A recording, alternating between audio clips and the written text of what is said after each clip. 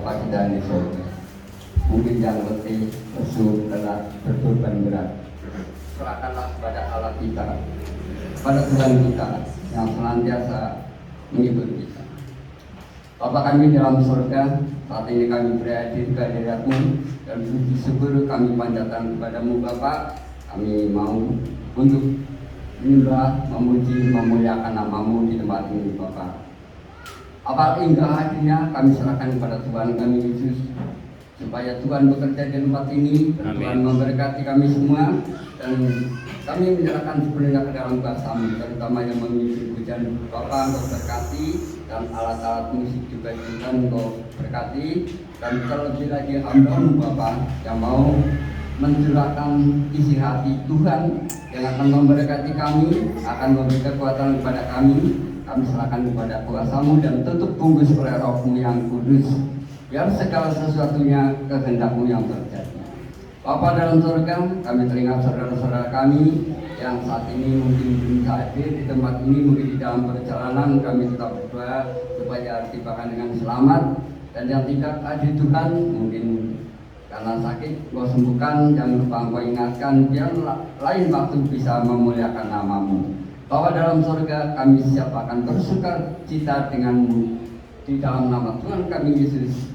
Ibadah ini kami buka. Haleluya. Amin. Haleluya.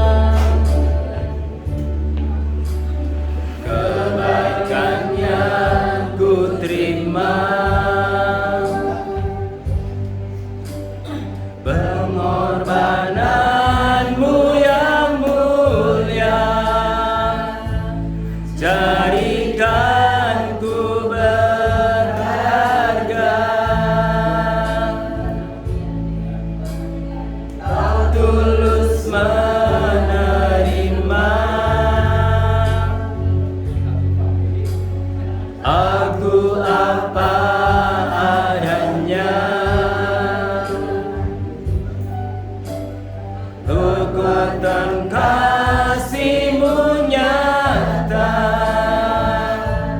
memulihkan hidupku. Kau bukan Tuhan yang melihat rupa, Kau bukan Tuhan yang memandang harta. Hati hamba yang selalu Kau cari, biar Kau temukan di dalamku. Selama ku hidup, ku mau menyembah-Mu. Engkau sangat berarti bagiku, yang terbaik yang ada padamu. Ku persembahkan kepadamu, Yesusku.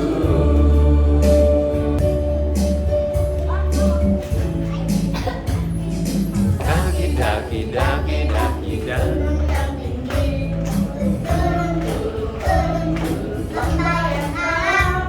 Melintasi padang rumput hijau membentang, Yesus besertaku.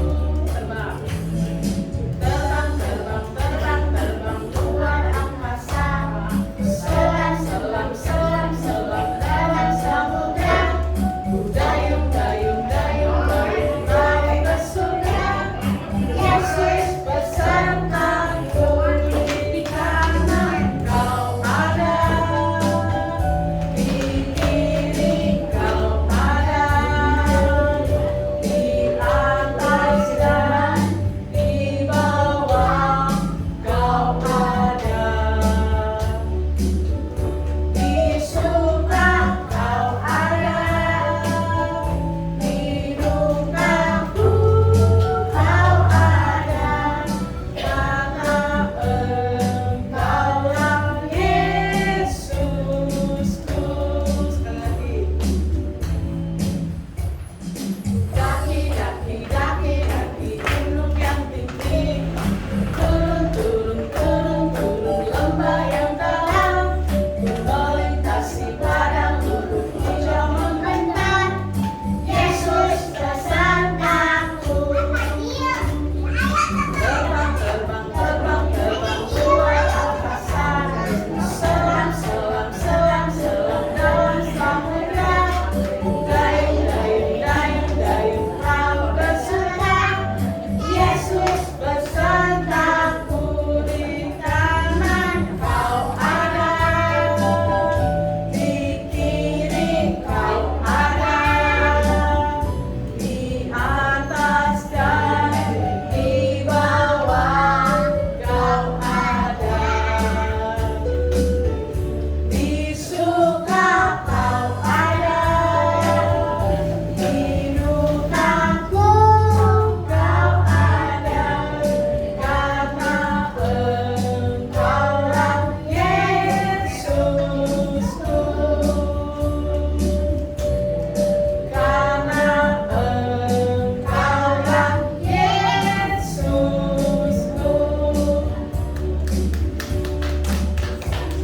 Pada tanggal 1 itu saya papanya Kairos dan juga Kairos dari Jakarta itu naik motor, karena tanggal 24 sampai 25 itu kan belum naik ya, tapi Kairos nggak mau, kalau nggak mau apa-apa saya nggak mau mah gitu.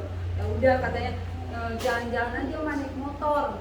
Terus kita naik motor bener ya, dari sana saya udah bangun dari jam 2:30, tapi dibangunin dia nggak mau mulu, jadi sampai jalan itu jam 6 pagi.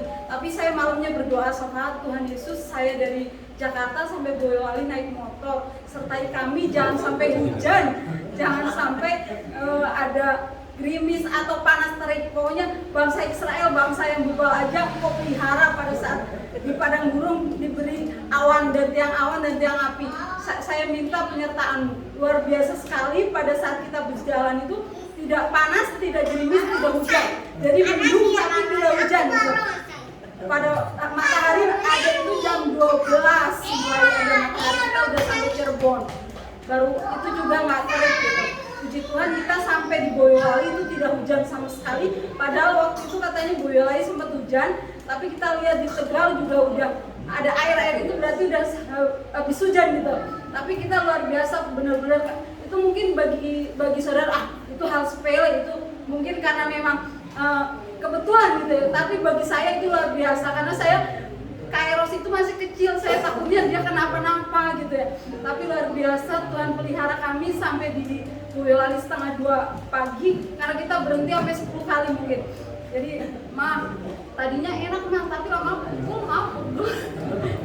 Jadi kayak gitu lah harus segala macam sampai Boyolali itu 2 hari kemudian dia baru diurut karena tukang urut nggak ada ya. Jadi baru dua malam kita di sana baru dia diurut. Sampai nggak mau, tapi sampai merah sekali, sampai dipakai bawang merah itu dia merah sekali, mungkin masuk angin kali ya.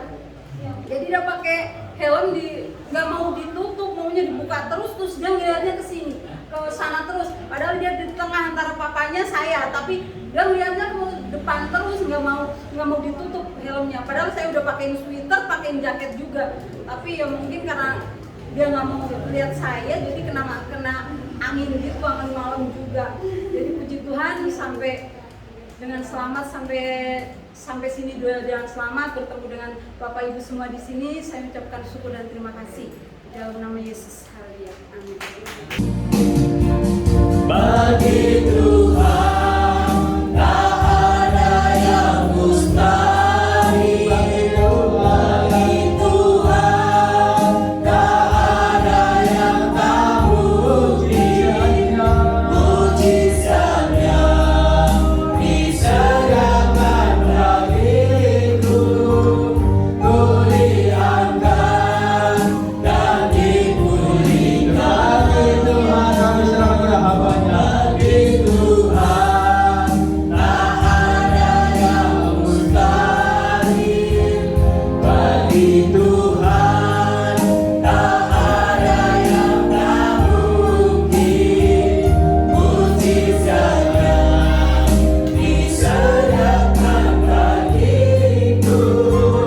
Ku diangkat dan dipulihkan. Bagi Tuhan tak ada yang mustahil. Bagi Tuhan tak ada yang tak mungkin. Mujizatnya disediakan bagiku. Ku diangkat dan dipulihkan. Bagi Tuhan tak ada yang mustahil. Bagi Tuhan tidak ada yang mustahil. Apapun yang terjadi pergumulan kami percaya bagi Yesus Kristus adalah Allah yang sanggup menolong setiap persoalan kami. Wujudkan yang Kau sediakan bagi kami Tuhan.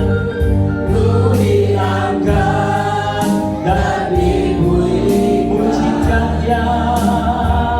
Mujizatnya disediakan bagiku. Ku diangkat dan mujizatnya disediakan bagiku. Ku diangkat dan dipulihkannya. Haleluya, mari kita sorak-sorai buat Tuhan Yesus Kristus, Raja di atas segala raja yang sanggup mengadakan mujizat buat saya dan saudara. Kami percaya Tuhan Yesus, apapun yang terjadi dalam hidup kami, dalam segala situasi dan kondisi, kami percaya dengan mujizat Tuhan. Terima kasih Tuhan Yesus. Mujizat-Mu terjadi buat kami Tuhan. Yang sakit Tuhan sembuhkan, yang lemah Tuhan kuatkan, yang susah Tuhan berikan penghiburan, yang bermasalah Tuhan berikan jalan keluar. Kami percaya Engkau adalah Allah yang sanggup mengadakan mujizat Tuhan. Terima kasih Tuhan Yesus, firman-Mu berkata bahwa kuasa-Mu tidak akan pernah berubah dulu, sekarang, dan sampai selama-lamanya. Dan mujizat Tuhan hari ini masih ada, dan kami rasakan dan kami nikmati bagi orang yang sungguh-sungguh percaya kepadanya. Terima kasih Tuhan Yesus, terima kasih Roh Kudus. Kami percaya Tuhan, kuasa mujizat-Mu terjadi sampai hari ini, oleh karena kami percaya dan yakin kepada Engkau. Engkau adalah satu-satunya penolong dan juru selamat kami. Yang percaya mujizat Tuhan dan diberkati Tuhan, sama-sama katakan amin. Haleluya. Ya, silakan duduk. Oke, salam saudaraku. Ya. Saya percaya bahwa hidup kita oleh karena mujizat Tuhan. Amin. Dan saya percaya juga hari ini saya ada di tempat ini karena mujizat Tuhan. Ya, tanggal 26 Tuhan izinkan istri saya mengalami serangan jantung. Waktu itu saya sedang bakti sosial di toko, kemudian saya ditelepon oleh Ken, anak saya, bahwa mama pingsan katanya.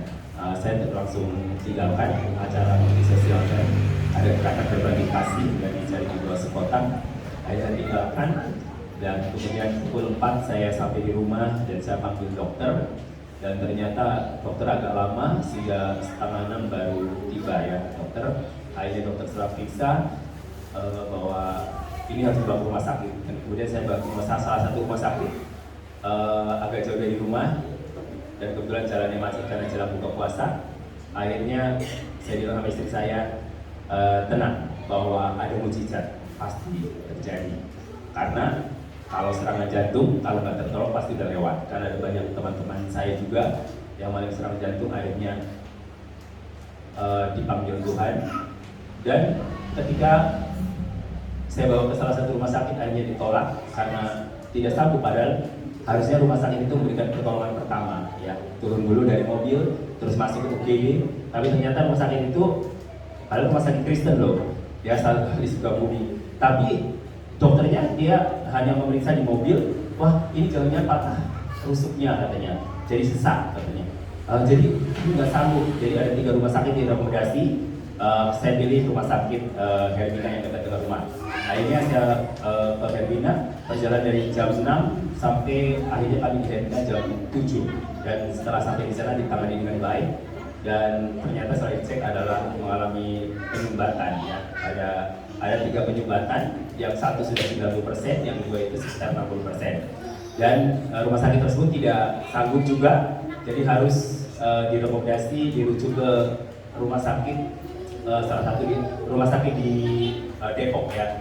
Dan saya bingung, kok Depok emang ada rumah sakit yang lebih bagus dari kota Sukabumi? Saya pikir Depok kan kotanya juga biasa, tapi saya bilang sama Tuhan, udahlah, saya pasrah aja sama Tuhan. Kalau Tuhan suruh ke sana ya saya harus ke sana.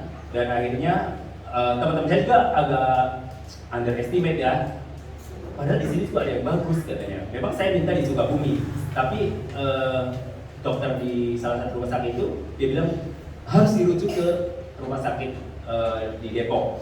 Dan akhirnya kami cari ambulan, dan pukul 12:30 kami dirujuk sekitar perjalanan 1,5 jam. Dan puji Tuhan dalam perjalanan itu ambulan dan ada volunteer juga ya. Saya kaget, ada orang naik motor, 2 orang dia berjalan di depan, dia menyingkirkan mobil-mobil yang berjalan di depannya supaya ambulan lewat dengan mudah. Dan saya tanya pada sopir, itu siapa? Oh, saya juga nggak kenal, mungkin relawan. Ternyata masih ada orang-orang yang baik ya di Indonesia. Jadi luar biasa, di sekitar kita itu masih ada orang-orang yang berbuat baik meskipun nggak kenal. Saya percaya dia diutus Tuhan, malaikat untuk supaya jalanan nggak macet.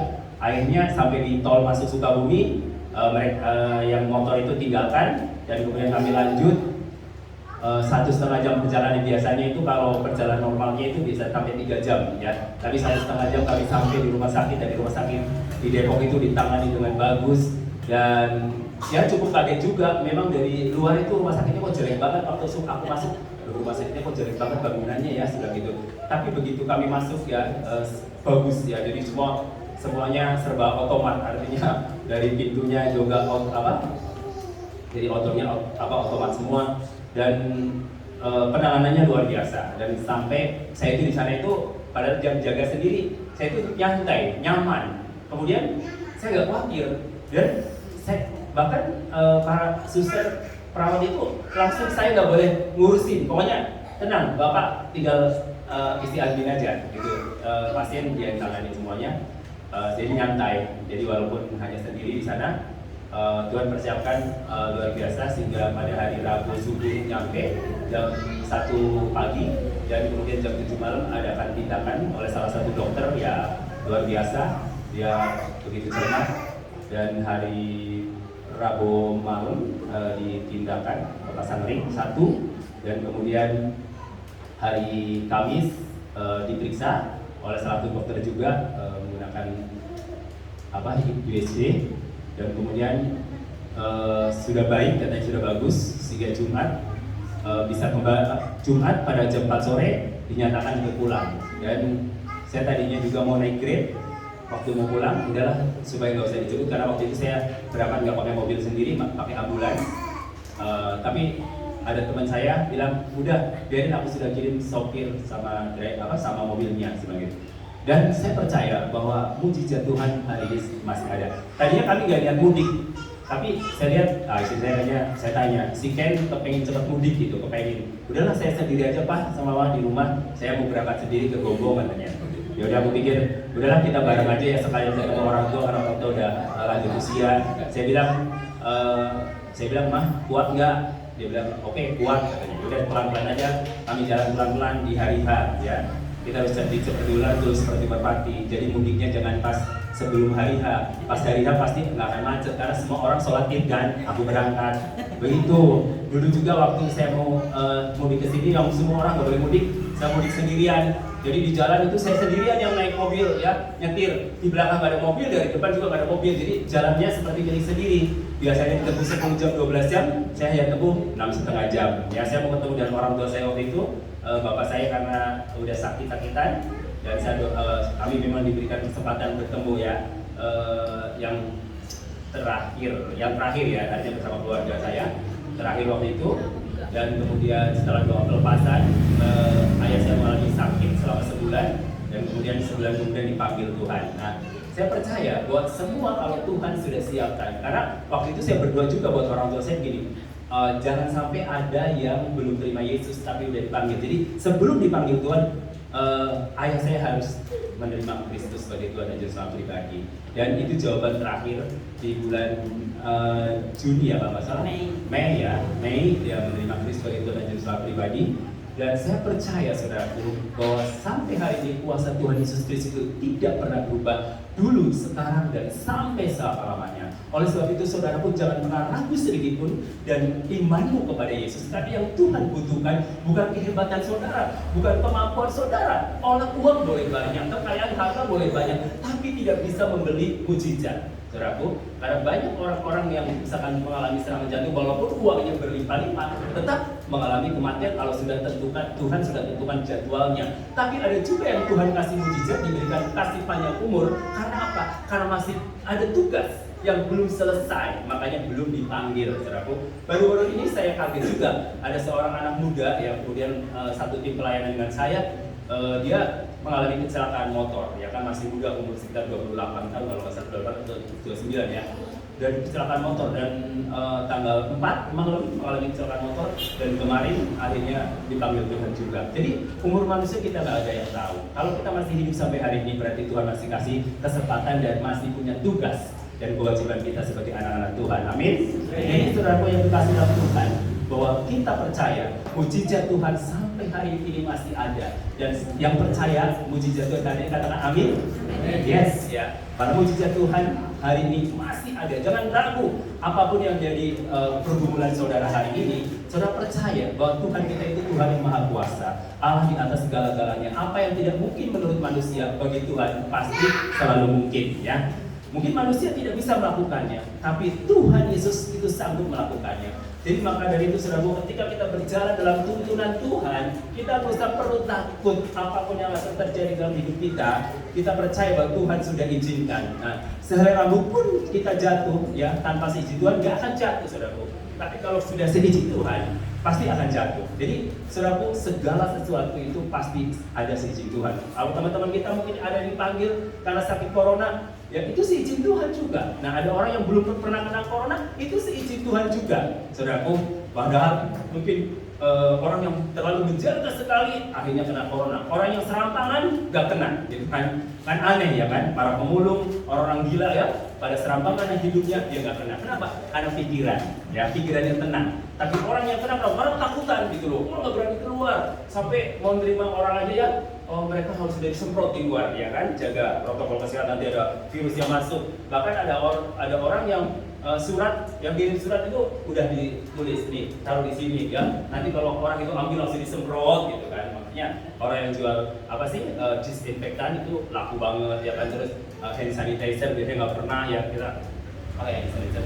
Oke, nggak masalah, semua juga hidup bersih dan takut virus ya kan. Tapi saudaraku, yang penyebab utama orang mengalami sakit bukan masalah virus, tapi adalah pikiran kita ya. Pikiran kita diserang, dan ketika pikiran kita diserang, kemudian kita merasa ketakutan, maka kita itu bisa terserang ya. Saudaraku, makanya Alkitab gak salah. Dia berkata bahwa hati yang gembira adalah obat yang manjur, semangat yang patah adalah mengerikan tulang. Jadi saudara, kalau hatinya gembira terus, itulah obat yang paling manjur buat hidup kita.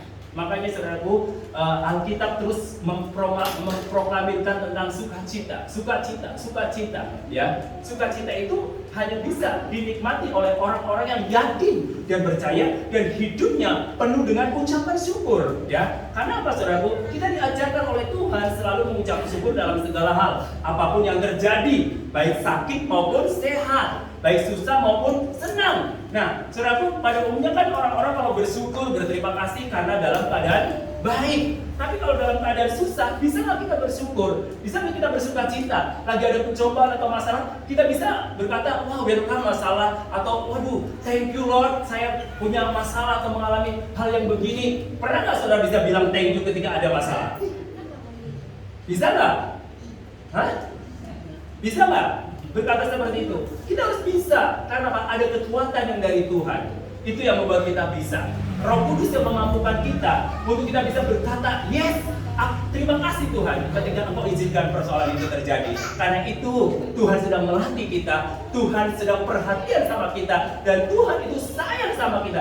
Karena kita bukan anak gampangan, tapi kita adalah anak-anak Tuhan yang asli, ya, yang benar-benar anak yang luar biasa, bukan anak yang asal-asalan, saudaraku. Saudaraku yang berkasih dalam Tuhan Yesus Kristus, dan saya mau berkata hari ini tentang bahwa Yesus Kristus itu adalah Tuhan bagi semua orang.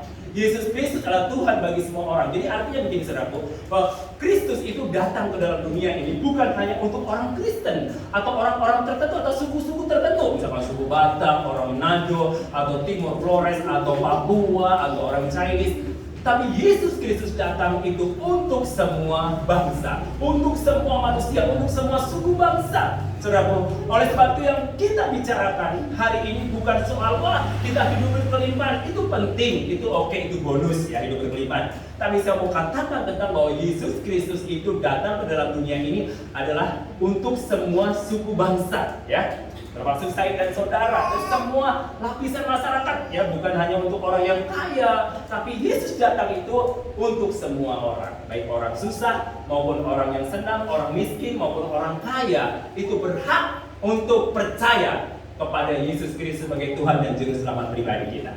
Saudara-saudara yang kasih dalam Tuhan Yesus Kristus, kita buka Alkitab kita di dalam surat Filipi, surat Rasul Paulus kepada jemaat yang ada di Filipi, pasal 2.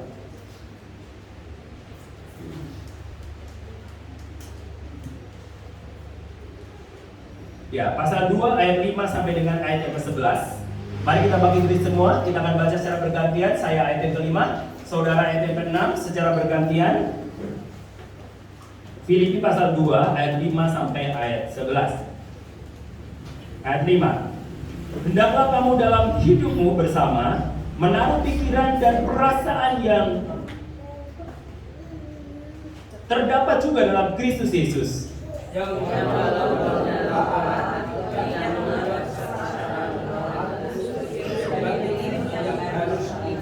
Melainkan telah mengosongkan dirinya sendiri dan mengambil rupa seorang hamba dan menjadi sama dengan manusia.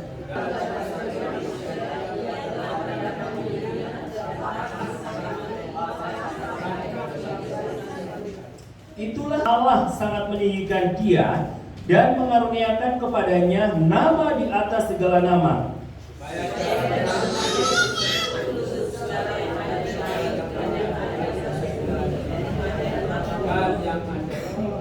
Dan segala lidah mengaku Yesus Kristus adalah Tuhan bagi kemuliaan Allah Bapa. Haleluya. Silakan duduk. Berbahagialah orang yang membaca dan merenungkan firman Tuhan siang dan malam, dan terlebih berbahagia lagi adalah orang yang mau melakukan firman Tuhan siang dan malam. Dia seperti pohon yang ditanam di tepi aliran air yang selalu menghasilkan buah pada musimnya. Amin.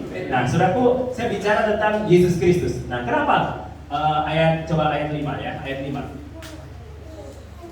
Ya. Hendaklah kamu dalam hidupmu bersama menaruh pikiran dan perasaan yang terdapat juga dalam Kristus Yesus, ayat 6. Yang walaupun dalam rupa Allah tidak menganggap, yang walaupun dalam. Saudaraku, ini bicara apa? Bicara kerendahan hati, ya. Dia kan seorang pribadi yang disebut dia juga Tuhan, yang kita yakini dan imani dia adalah Tuhan. Nah, inilah yang menjadi perdebatan sepanjang abad, ya, tentang Yesus Kristus adalah Tuhan dan dia juga manusia, ya. Nah, ini menjadi perdebatan dan ini nggak bisa ditemukan sampai hari ini, ya kan? Nggak bisa, ilmu pengetahuan mungkin nggak bisa menjawab sampai hari ini. Yang hanya bisa menjawab adalah siapa? Iman. Iman yang bisa menjawab. Saudara, kalau ditanya kan bingung juga kan tentang ketuhanan Yesus Kristus. Dijelasin juga mereka nggak akan percaya. Yang bisa menjawab hanyalah iman. Orang yang beriman, yang percaya udah cukup. Nggak usah macam-macam deh. Percaya bahwa dia adalah Tuhan dan juru selamat saya. Nah, hendaklah kita menaruh, tadi dikatakan dalam ayat 5, menaruh apa, saudaraku? Di ayat 5, ya, hendaklah kamu dalam hidupmu bersama menaruh pikiran dan perasaan yang terdapat juga dalam Kristus. Pikiran yang bagaimana? Nah, saudaraku, dia itu Tuhan, ya. Dia itu Tuhan di tempat yang maha tinggi, yang hebat, yang punya kuasa, yang punya power, melakukan apa saja juga dia bisa, ya. Bagi Tuhan itu nggak ada yang nggak bisa, semuanya bisa. Tuhan bisa berubah jadi apa aja bisa, betul nggak? Karena Tuhan maha kuasa. Nah, karena Tuhan maha kuasa, jadi bagi Tuhan juga ada yang sulit, semuanya serba mudah. Seperti kita membalikan telapak tangan, itu pekerjaan Tuhan yang dia mau. Kalau dia mau, apapun bisa jadi. Nah, saudaraku, dia dari tempat tinggi, dia hebat, luar biasa, dia punya power, punya kuasa, ya. Seperti raja yang punya kuasa, punya kekuasaan, dia bisa suruh anak buahnya atau bawahannya apa aja dia pasti mau, nggak pernah ada yang tentang. Nah, saudaraku, dia punya power, punya kuasa dan punya kekuatan yang luar biasa. Bahkan dia ditinggikan bahwa dia adalah Tuhan atas langit dan Tuhan juga atas bumi, dan bahkan di bawah bumi pun bertekuk lutut.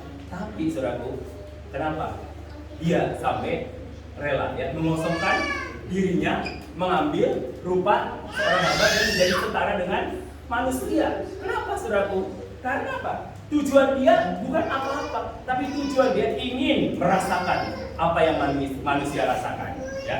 Dan bahkan Alkitab katakan dia sampai taat, sampai mati di atas kayu salib. Bicara ketaatan, ya, satu tadi bicara kerendahan hati, ya. Kenapa Yesus sampai mau mengosongkan dan merendahkan dirinya sama seperti saya dan saudara? Karena tujuannya satu, ingin apa? Melakukan kalian semuanya.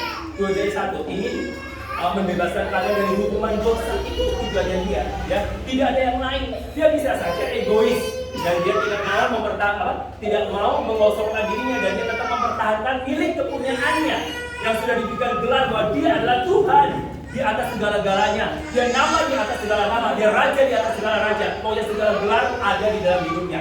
Tapi dia mau tanggalkan semuanya, ya. Dia mengosongkan dirinya, mengambil rupa seorang hamba dan menjadi setara kehidupannya dengan saya dan saudara, ya. Kenapa? Karena dia Tuhan ingin menyelamatkan saya dan saudara, ya. Dia nggak mau saudara itu binasa. Dia ingin saya dan saudara hidup bersama dengan dia. Makanya dia kosongkan semuanya, dia tanggalkan semuanya.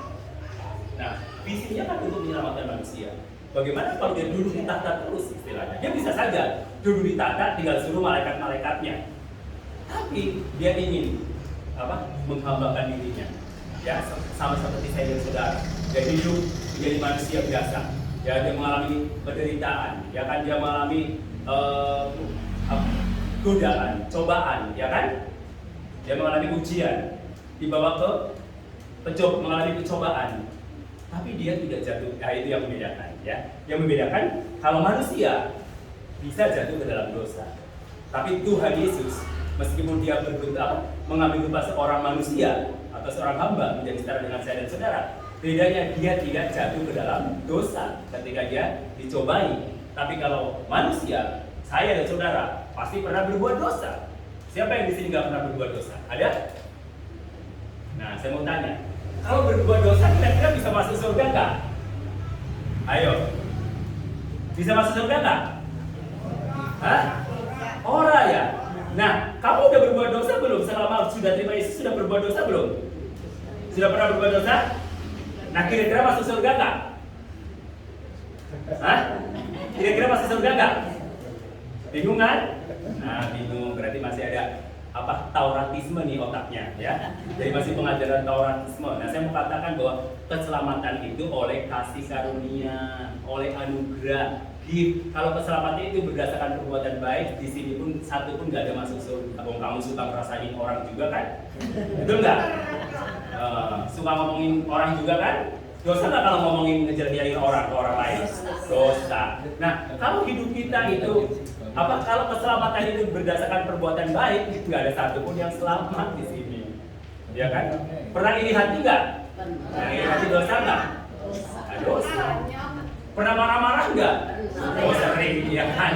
Sering. Nah, marah-marah dosa nggak? Dosa. Aduh, berarti dosa semua ya? Dosa. Ya. Berbohong dosa nggak? Dosa. Nah, berarti nggak ada yang masuk surga dong kalau semuanya berdosa. Nah, makanya keselamatan itu kan kasih karunia, anugerah, ya, gift, bukan usaha kita. Kalau usaha saya, usaha saudara, nggak ada saudara yang bisa selamat, ya kan? Cukup, makanya orang kadang-kadang suka double, ya. Yesus Kristus itu berkorban di atas kayu salib, dia mati, dikuburkan dan dia bangkit. Itu sudah dikerjakan semuanya oleh Tuhan Yesus Kristus. Sudah selesai. Ingat nggak perkataan Yesus? Sudah selesai. Cuma manusia kadang-kadang suka ngeyel, ya kan? Sudah selesai masih nambah ini, nambah itu, nggak boleh makan ini, nggak boleh makan itu, ya kan? Supaya masuk surga. Nggak ada. Apa yang saudara lakukan itu nggak ada jaminan untuk masuk surga, saudaraku. Karena sudah dikerjakan di atas kayu salib. Sudah selesai. Makanya semua yang Yesus yang sudah percaya Yesus itu sudah dikerjakan di atas kayu salib. Jadi nggak usah terlalu effort untuk mengejar untuk supaya kita diselamatkan, tidak bisa, saudaraku. Karena keselamatan itu hadiah, gift. Nah, memang di ayat Filipi 2:12, tetapi kerjakanlah keselamatanmu dengan takut dan gentar. Artinya begini, ketika engkau sudah diselamatkan, nah keselamatan itu kan saudara bukan berarti kau jaga, ya. Keselamatan itu berarti milikmu.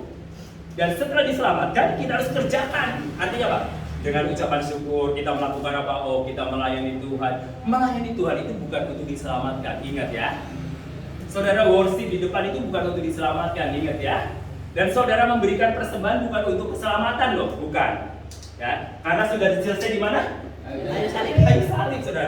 Saudara beribadah ke gereja bukan untuk masuk surga, ingat loh. Awas, jangan salah. Oh, berarti yang nggak pernah ke gereja nggak masuk surga. Wah, itu salah besar juga, ya kan? Karena Yesus Kristus sudah selesaikan di atas kayu salib. Saudara datang ke gereja karena apa? Ucapan bersyukur karena sudah diselamatkan. Jangan dibalik, ya kan? Masuk ke gereja supaya diselamatkan. Bukan, saudaraku. Ke gereja itu karena ucapan syukur hidup kita sudah diselamatkan oleh Kristus.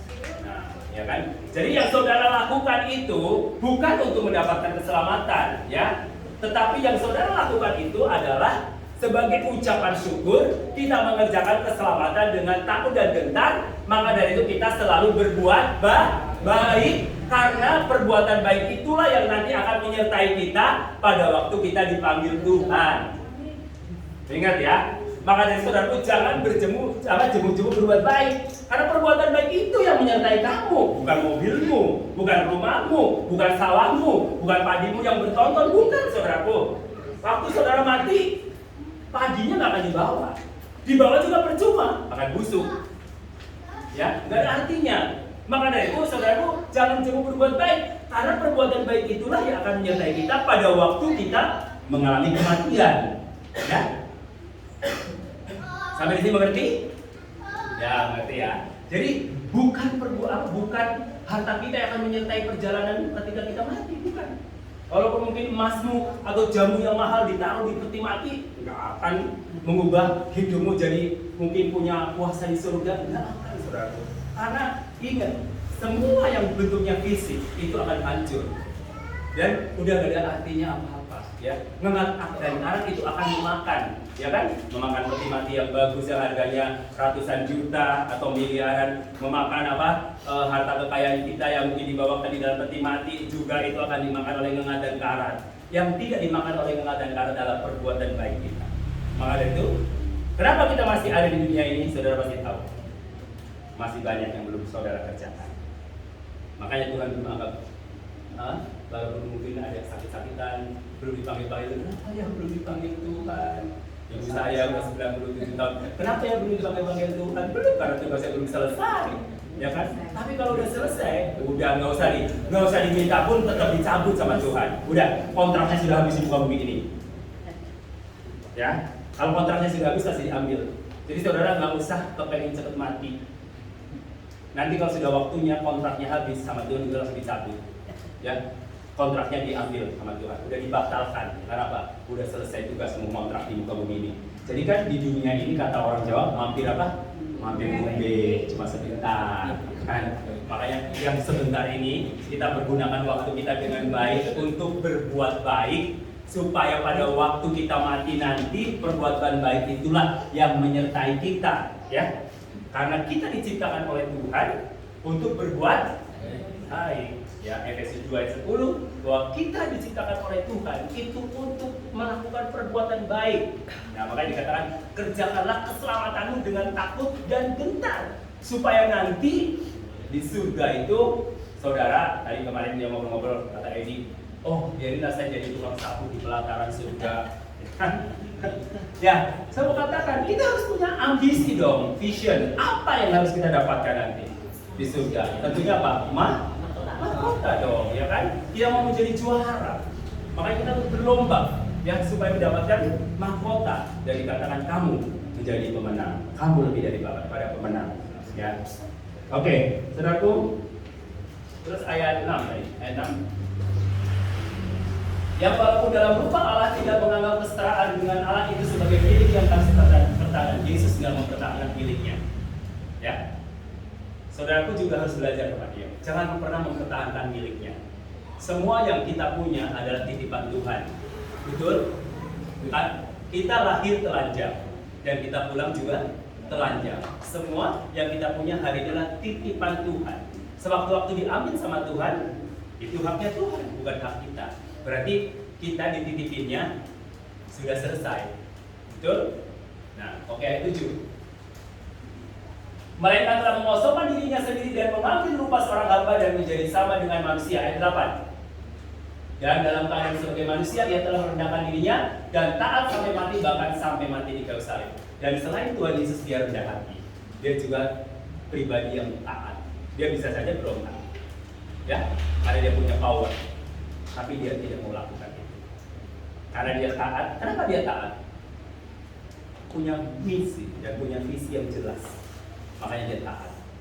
Kadang-kadang kan kalau kita nggak punya visi yang jelas atau misi, sudah alami masalah dikit, wah, udahlah, mungkin ini bukan bagianku, kan, mundur, ya kan?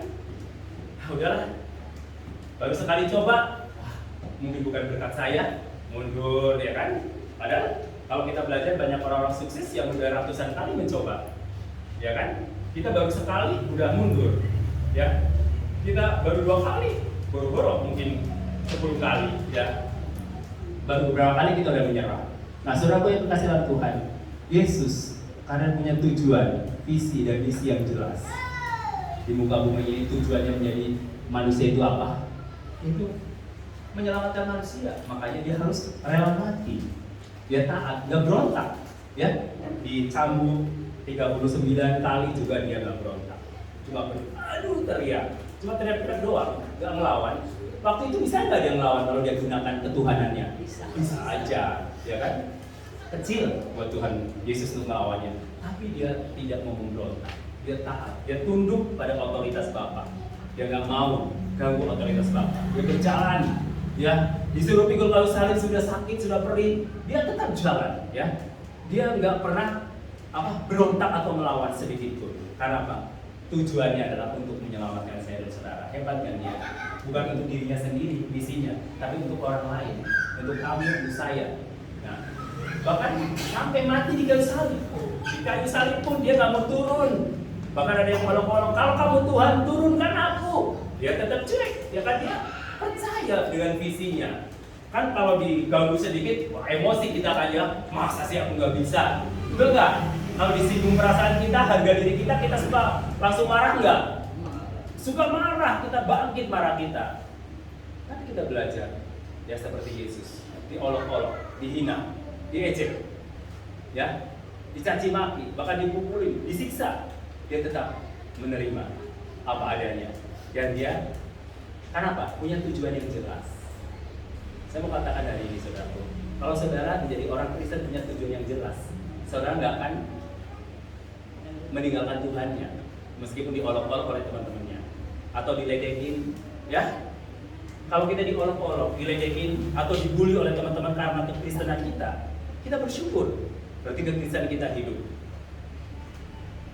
Ya, kalau yang sekarang kan bilang iri, bilang bos, ya kan? Cuma kalau mereka olok-olok kita yang bersyukur, berarti kekristenan kita itu hidup.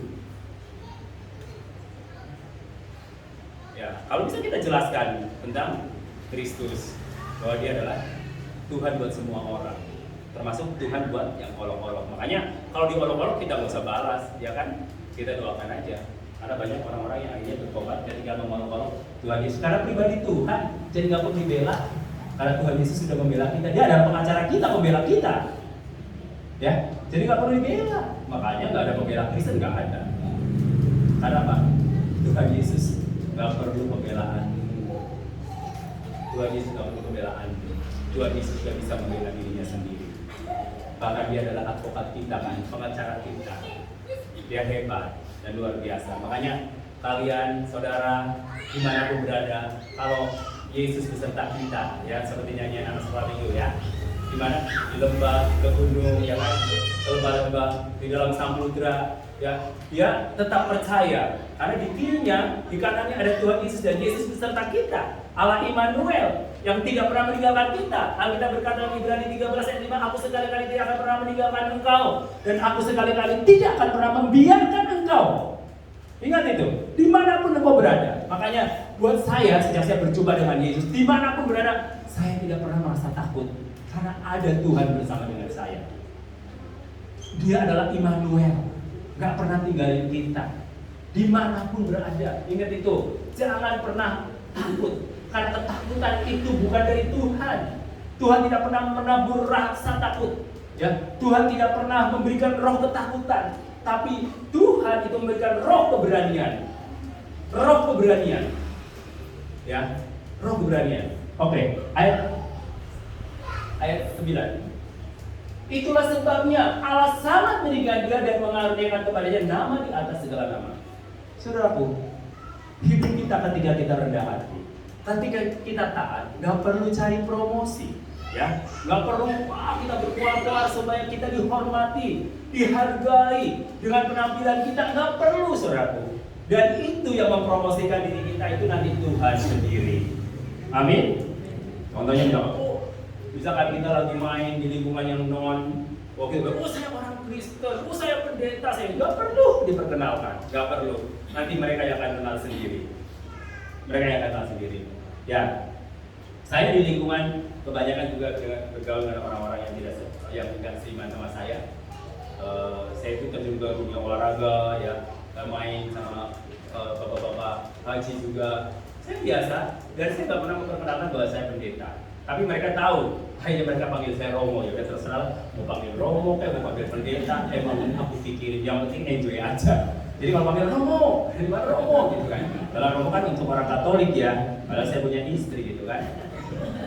Romo kan julukan untuk orang Katolik untuk frater ya atau pendeta orang Katolik ya kan. Nah, tapi saya dipanggil Romo ya udah nggak apa-apa, ya udah tenang aja, nggak pernah menolak saya panggilan apapun, yang penting kita enjoy life ya kan. Kita bersukacita bersama-sama, ya kita bisa mengenal mereka, kita bersama dengan mereka. Karena apa? Yesus Kristus itu Tuhan bagi semua orang, nggak dibatasi. Pergaulan kita juga nggak boleh kita membatasi pergaulan kita. Oh, khusus eksklusif dengan orang-orang Kristen aja kemana? Saudaraku, bagaimana terang kita itu bercahaya kalau kita nggak bergaul dengan orang-orang di luar sana? Ingat saudaraku, garam dan garam kalau bertemu jadi apa? Asis, garam tinggi. Ya kan? Makanya gereja yang fokusnya ke dalam terus, nggak pernah punya misi rebutin kedudukan, karena uangnya udah banyak kan? Betul nggak? Uangnya udah banyak kan? Karena fokusnya dalam terus, nggak pernah mikirin lingkungan. Padahal tugasnya adalah menjadi berkat, garam dan terang. Ya, kamu adalah garam dunia, kamu adalah terang dunia. Masa garam dunia hanya di gereja terus nggak pernah bergaul dengan lingkungan yang lain, ya kan? Masa terang dunia hanya di terang? Kan kalau kita di terang, ya terang dengan terang. Kalau terang dengan terang jadi apa? Silau. Saudaraku.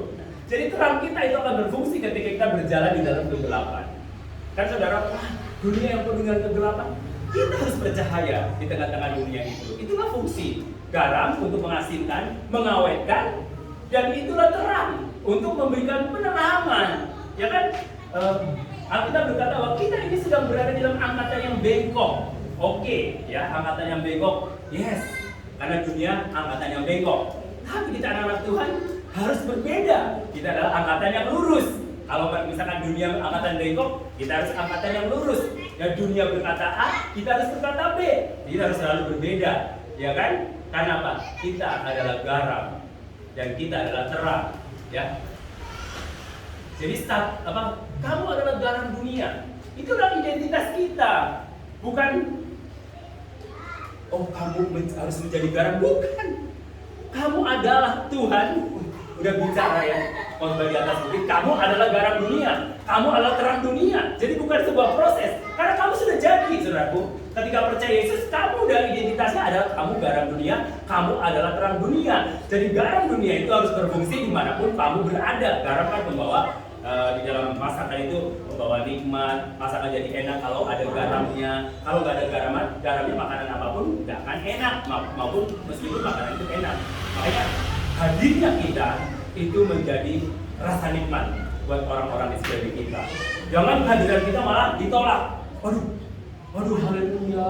Misalkan Pak Karto nggak datang. Aduh, terima kasih, untung ya kita doa kita dijawab. Pak Karto berarti nggak datang. Mungkin Pak Karto nggak disukai, mungkin oleh persekutuan itu. Kalau nggak datang senangnya minta ampun. Nah, saudaraku, justru kehadiran kita itu ditunggu-tunggu. Nggak ada lo, nggak rame. Ya, nggak ada lo, nggak rame, ya kan? Nggak ada aan, nggak rame, ya. Jadi kalau di keluarga kita nggak ada aan, nggak rame, karena nggak ada yang dibully. Gitu kan? Oke, ayat 10. Supaya dalam nama Yesus bertemu lutut segala yang ada di langit dan yang ada di atas bumi dan yang ada di bawah bumi. Jadi sebenarnya tujuan Tuhan dia mengosongkan dirinya, ya. Selain dia mendapat promosi bahwa dia ditinggikan, dan dia juga supaya diakui dia adalah Tuhan, ya. Supaya dalam nama Yesus Kristus bertemu lutut segala yang ada di langit dan yang ada di atas bumi dan yang ada di bawah bumi. Jadi ternyata kehidupan itu ada 3, ada di langit, ada di bumi, dan ada di bawah bumi. Jadi yang di langit, yang di bumi, dan di bawah bumi juga supaya bertekuk lutut kepada Tuhan, ya, kepada Tuhan, bertekuk lutut. Jadi artinya bahwa yang di langit, di bumi, dan di bawah bumi itu tunduk pada otoritasnya Yesus. Karena Yesus adalah Tuhan di atas segala-galanya, dia nama di atas segala nama, raja di atas segala raja, jadi tidak ada tandingannya, ya. Maka dari itu saudaraku, meskipun saudara ada di tengah-tengah desa ini, ya, di lingkungan yang mungkin minoritas menurut ukuran sensus penduduk, tapi kita di hadapan Tuhan, mayoritas, karena kita punya Allah yang super power, yang besar, bahkan yang dianggap maha besar. Ingat nggak peperangan Goliat melawan Daud? Ya, Goliat badannya tinggi dan besar, ya. Bajunya aja keren banget lah pokoknya. Baju tiranya keren banget, ya. Goliat. Yesus kecil banget, ya. Kecil, big, small, ya kan? Besar banget, lawan kecil. Jadi Daud begini. Sampai dianggap enteng kan? Lo mau ngapain anak ingusan, bocah cilik gitu kan? Udah takut sedikit pun kan si bukan Goliat melihat Daud apa kecil gitu kan, karena ini minor ini, aku kan mayor yang gede big ya kan, dia datang mana bawa apa pelintang ya kan, apa itu pelintang ya kan, apa itu pelintang buat ngejepret apa Goliat nggak akan mempan, betul nggak? Ternyata pelintangnya ada power of Holy Spirit-nya, ada kuasa Tuhannya. Wah, macam-macam. Bukan masalah pelintangnya sebenarnya, masalah ketaatan Daud untuk maju melawan raksasa, ya Goliat. Dan yang membuat Daud berani itu bukan kuasa pelintangnya, saudaraku, tapi Tuhan yang besar itu yang membuat dia percaya diri maju melawan sang raksasa. Dengan pelintangnya, ya kan? Keluar kan langsung. Nah, akhirnya timbullah nyanyian apa? Saul mengalahkan beribu. Daud mengalahkan berlaksa-laksa. Panaslah ada Saul. Aduh, kurang ajar ini. Kok Daud semakin disanjung-sanjung? Itulah saudaraku. Kalau kita tunduk pada Tuhan, pada otoritas Tuhan, siapa yang mempromosikan? Tuhan.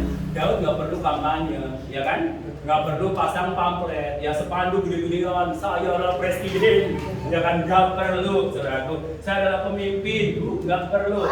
Daud hanya melakukan ketaatan dan ketundukan pada otoritasnya Tuhan. Ya, akhirnya apa?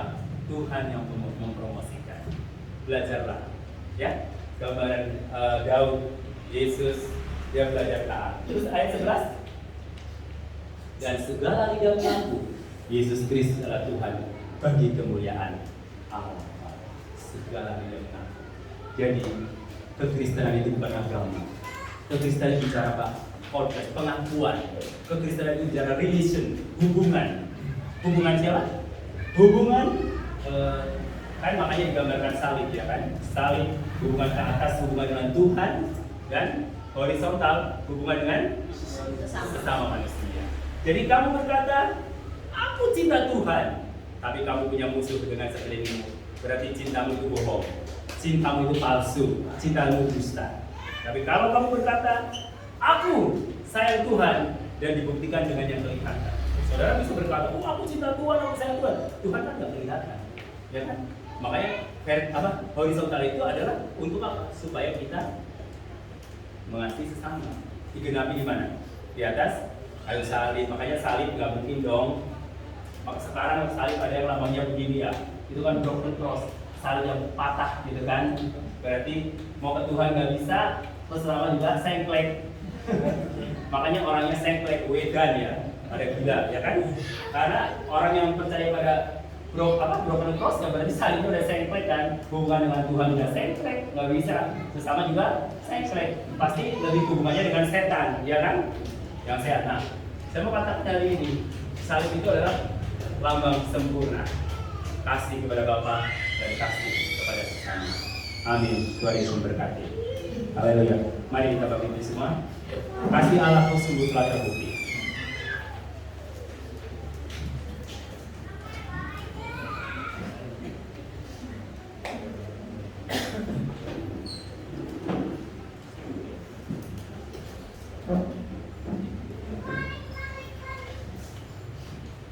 Kita bersyukur bersama-sama di hadapan Tuhan. Kita percaya bahwa kita adalah anak-anak Tuhan yang harus belajar seperti Tuhan Yesus Kristus. Dia rendah hati, dia rela mengosongkan dirinya, tidak mempertahankan apa yang menjadi kepunyaannya. Bahkan dia taat sampai mati di atas kayu salib. Dan apa yang dia lakukan semuanya untuk saya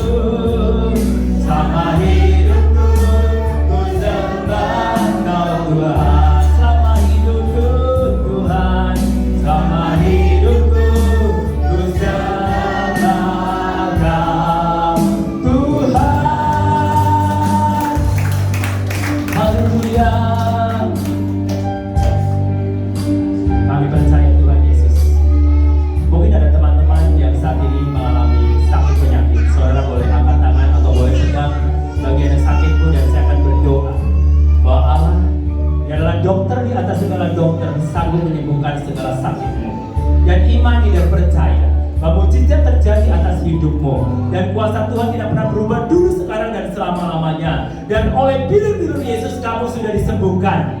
Haleluya. Mungkin saat ini saudara yang saat ini sedang bergumul tentang keadaan usahamu atau pekerjaanmu. Dan katakan kepada Tuhan bahwa segala perkara dapat kutanggung di dalam Dia yang memberikan kekuatan kepadaku. Bahwa serahkanlah segala kekhawatiranmu kepada Tuhan dan memelihara hidupmu. Haleluya. Serahkan segala kekhawatiran, ketakutanmu, kecemasanmu kepada Tuhan. Kan Dialah yang memelihara hidupmu. Imani dan percaya, doakan. Mungkin ada anak-anak muda yang saat ini sedang bergumul untuk kuliah.